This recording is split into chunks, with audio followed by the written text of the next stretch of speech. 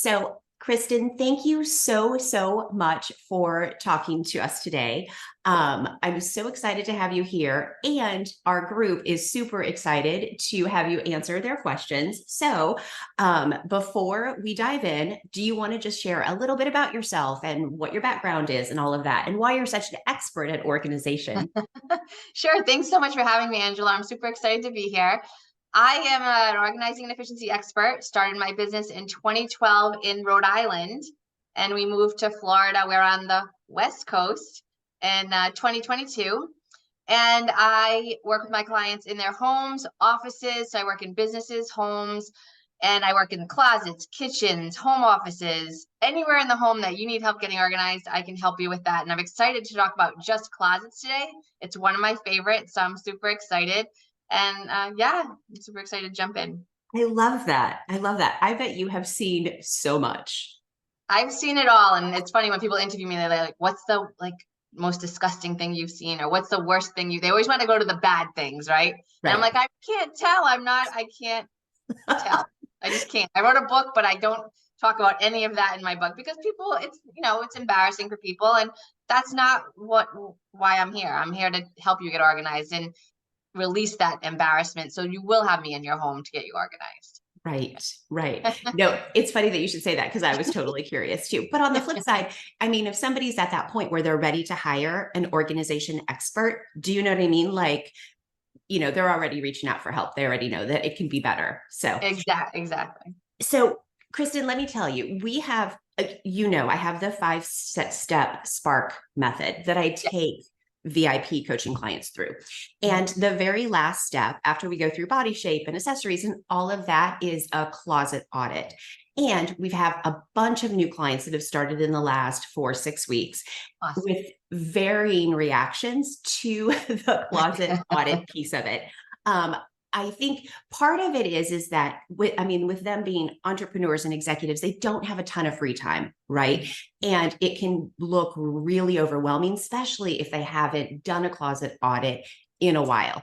And then on the flip side, they have a tendency to buy, and then be left with a bunch of stuff. So Yes. I would love it if you could share a couple tips on how to make it less overwhelming and so that it takes up less time. Because again, they don't have a ton of it. I don't want them to spend their entire weekend in their closet and then leave and think, well, that was, mixed results, Exactly. whatever. Yes. So what tips do you have for us? So the first thing I want you to do is do a little brain dump. I call it a little brain dump. I want you to even though you don't have a lot of time, you have to focus on this project to get it done, right? We need to block off, whether it's an hour, 2 hours, 3 hours, just make a plan. The biggest tip I can give you right now is to do that brain dump and release the mental clutter. Think about how you want to function in your closet. Write down what's working, what's not working, what are you touching? Are you touching 5 things before you find the thing that you need in your closet? Is that holding you up in the morning? You're not as efficient as you can be because you don't have a lot of time. You want to grab and go out the door. So is the structure and the functionality of your closet not working? So that's one thing. Do that little brain dump and just sit for a minute and think about what's working, what's not working in your closet. The biggest piece of advice I can give is stay in the closet, stay in the room you're working in.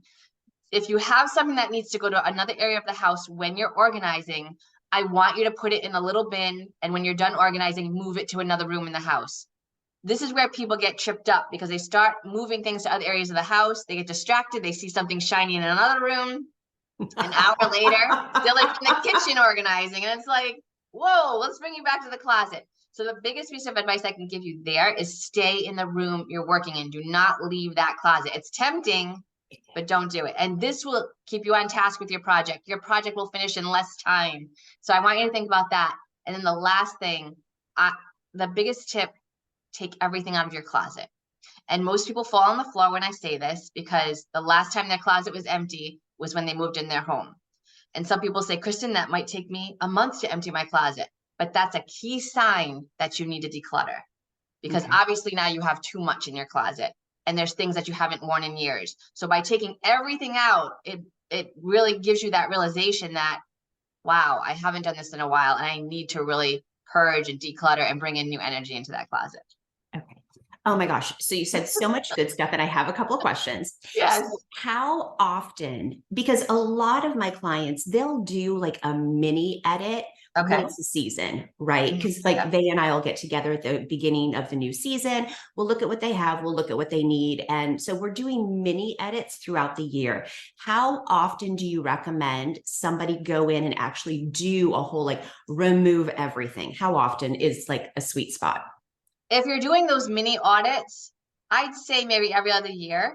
Okay. But if you haven't done this ever, then now's the time. So it's once a year. If you don't do the mini audits and you just want to tackle it all at once, then once a year would be great. Okay. Gotcha. Okay. So that's good. So it's not like we have to do it 4 times a year. Oh, absolutely not. No, Okay. no, So just, no. okay. Okay. That makes me breathe a little bit easier.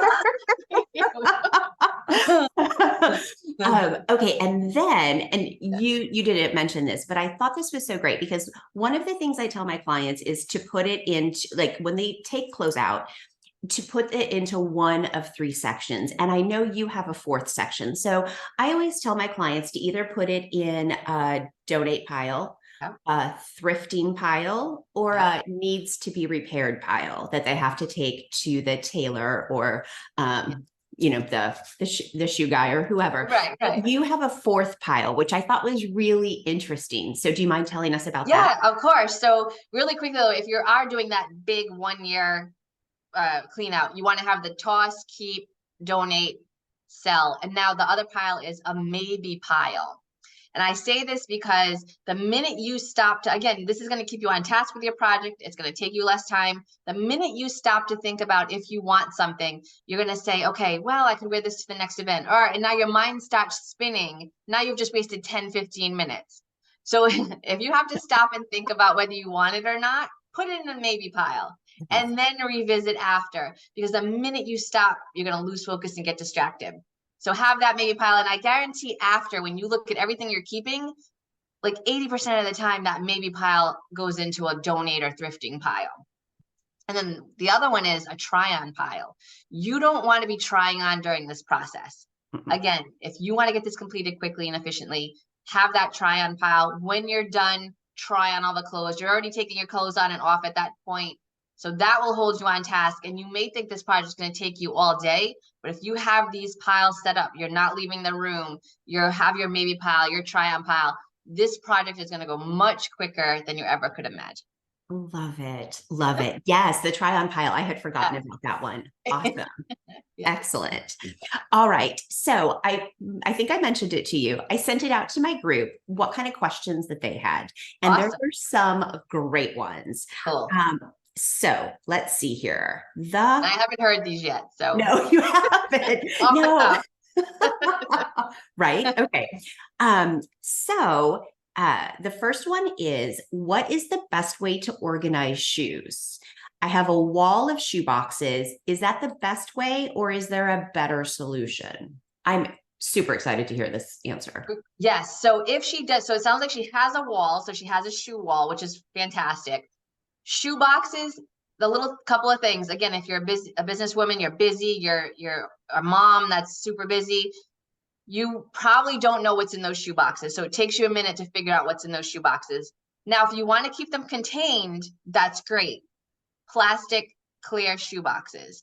So if there's a couple of different things you can do. Clear plastic shoe boxes if you want to keep them contained, so you can see them, and then you can organize them by color or by dressy, casual. Think about how you grab, or just take them out of the boxes and display them on the shoe shelves. So now it's grab and go. Everything you have to do, open up a bin, take a minute to look. It's that efficiency. You're wasting time, and it all adds up throughout the day. So on a shoe shelf, in a clear box, or I get them definitely out of the shoe boxes. Kristin, I love that, because we were talking about, my clients are busy. They don't have a ton of time. And when you relate the fact that once your closet is set up so that it's efficient, it's actually going to end up saving time today, tomorrow, throughout the entire year. So I love that. Exactly. Now, is there any situation, and I don't know, because I feel like my closet gets dusty. Maybe it's just me. So is there any situation of like taking them out of the shoe boxes and then they're going to get dusty or anything? Or is that just, I have too many and I don't wear them enough? No, it's fine. They do get dusty, but it's, again, if you're doing those mini audits, or you're flipping your closet for seasons, or you're doing that 1 year, that's the time when you're going through and dusting the shoes and cleaning the shoe racks and giving the closet a nice wipe down. And it brings new energy into that space. Okay. Awesome. Awesome. Awesome. Okay. So this is from a client who is actually in Florida with us. So Okay. she lives further up north than we do. So Okay. she was asking about what's the best way to organize seasonal clothes. She doesn't have a ton of them because it doesn't get super cold for Right. super long. Yeah. But also it does seem like a lot of work to put them all, like move everything out and then move it back in. And then she says, maybe I just need to do another edit. So That's a Kristin, possibility. what do you think on that? So with the seasonal clothes, again, bins are an option, but if she doesn't, she says she's short on space. She might be short on space, but she just said she doesn't want to keep flipping. The one suggestion I have is maybe put them towards the back of the closet or put them in a bin high up in the closet. So that way it's in that space and then you just take the bin down and add them to it. So again, it's just it's a preference of how does she want to look at these things during the summer if they're winter. So think about a pretty bin you could put in the closet and put them in there or store it somewhere else in the house. That's an option. But if she doesn't want to move them around, I suggest pushing them in the back of the closet where you're not looking at them on a daily basis. I love that. And you had said something earlier, and I think there's something to be said about that. When you have so many clothes in your closet or so many shoes or so many accessories that you can't easily see them, even if you love the item, you'll never wear it because you never see it. So it never, do you know what I mean? So I think this like editing and all of that and being able to see the shoes and being able to see what you actually want to wear this season is so smart. Awesome. Okay. Then there was a folding versus hanging question. Am I wasting space by hanging everything up? Folding is a great option. Think about things like sweaters or things that maybe pants that are more casual that you can fold, or do you want to fold shorts? It's a preference because everybody in different closets and how they function grab things differently. So it's always a conversation of how do you want to fold this? But I'm a big advocate of folding depending on what it is and how everybody functions differently, right? Everyone's got different types of clothes. They work in different areas where they wear different clothes. So I'm a big advocate of folding. And that way that's another grab and go, but then you have to be cognizant of folding back up and putting away. That's a big one too. But yeah, it's always a good thing, but think about how you're functioning, but definitely it's a great option to fold. Okay. Kristin, I love that. So there's a lot of flexibility just with like how somebody's mind works in their closet. So there's no hard and fast rules. No. It has to be very personalized. Everybody functions differently in their closet. Everybody has different things. So not every closet's going to look the same. Yes. I love that. Yeah. A very personalized approach. Yes. Okay. So this is a great question. And I also have a thought on this. And this is from Karen, who quite possibly could be my very best student ever. She was like, yes, very, everything, every session was always like complete and perfect. Okay. So she said, should you get rid of clothes that go out of style or keep it for when it cycles back around? And if you keep it, how do you keep it organized? So if you want to, so my thought on this is, yeah, tell me your, the first stylist, thing is, yes. Right. The first thing is that when a style may come back around, like for example, it's like everything 90s is so hot this season again, right? So it's the overalls and the bike shorts and all of that. However, they're always different. Do you know what I mean? Different materials, slightly different cut, different fabrics and different, just all of that, different silhouettes. So even if overalls are back in style, the ones that you wore back in the 90s are still going to look dated. So holding on to something for 20 years in hopes that it's, do you know what I mean? It's a tough one. So, and again, we don't have a ton of space and we don't want to have a ton of clothes that we're not wearing all the time. And then also, and this is just, are we going to be the same weight when it does come back around? And how is that going to make us feel? So that's my thought on it. But from your standpoint, what are you thinking? I agree with everything 100% that you just said. Okay. And then I would probably get rid of them. Because again, if you're busy, again, it's always that, think of touching those 5 things before you get to the one you want. And if that's up front with your daily clothes, you're touching that every time and you're not wearing it. Right. And then it's going to clog up your closet for new things you want to bring into your closet. And now you're not going to have the room. So I agree with you 100% on everything you just said. It could be dated. And then, and sometimes those memories of those clothes don't sit well with you. If you had a bad experience, believe it or not, it happens. You look at a piece of clothing, it reminds you something. So I say start fresh. And then when it comes back in style, you might not even want to wear your overalls when they come back in Yeah. style, right? So just purchase that new piece of clothing. I would just declutter and get rid of them. Yes. I do think you brought up a good point though, because I was working with a client yesterday and she made a comment about how she doesn't wear it anymore. She's not even sure it fits anymore, but she has really great memories about it. So she was hanging on to it for that, which I love. And I love the fact that it was so tied into the outfit and she felt great when she wore it and all of that. So that is probably the one situation I would say, go ahead and hold on to it. To your point, does it need to be in your main closet? Maybe not. Maybe that's something that we could move to a secondary closet so that, to your point, you're not touching it every morning and that type of thing. But no, I definitely think that if it has a wonderful memory attached, don't get rid of it. So correct. Awesome. Yeah. All righty then. Okay. So, and I do think we, because this client and I have had chitter chatter since she sent this in, but she lives in Canada and she was having a problem finding petite hangers. So we found her some on Amazon that have that, and they're not, you know, because petite hangers are about 15 inches, maybe a little bit smaller, but we found her some, and you'd be the expert. I can't remember what they're called, but they have the curved sides so that they don't create the bumps in the shoulder that you know, like a normal size hanger would. But what recommendations do you have for hangers and that type of stuff? So if you're going to, I talk about this in a lot of my presentations too, hangers, whatever you use. So again, everybody has a preference. I use wooden ones because I like the look of them. A lot of people use the velvet ones. A lot of people use plastic ones. Whichever hanger you choose that fits your clothing, make sure it's consistent. When you come back from the dry cleaners, make sure you hang it up on a hanger because you know those wire hangers can wreak havoc on clothes. Horrible. Yes. Horrible. And then take the plastic if you're dry cleaning. Take the plastic because those can change colors of the clothing. That's not. I did an article once on that the bags, those plastic bags can oxidize, I guess, the clothing. They can. Yeah. Well, and I think what happens is the chemicals that they use in the dry cleaning, it like traps it in there next to your clothes and it can like actually break down the fibers. It's horrible.